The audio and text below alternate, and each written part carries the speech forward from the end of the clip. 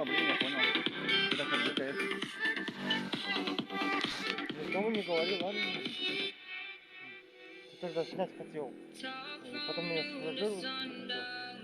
Да как я тебе? Ты же мой единственный друг.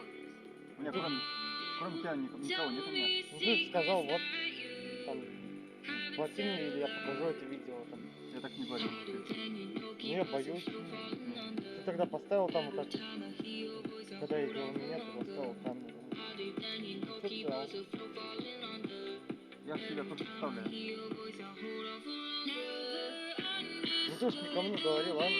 Пожалуйста. Давай спать. Что,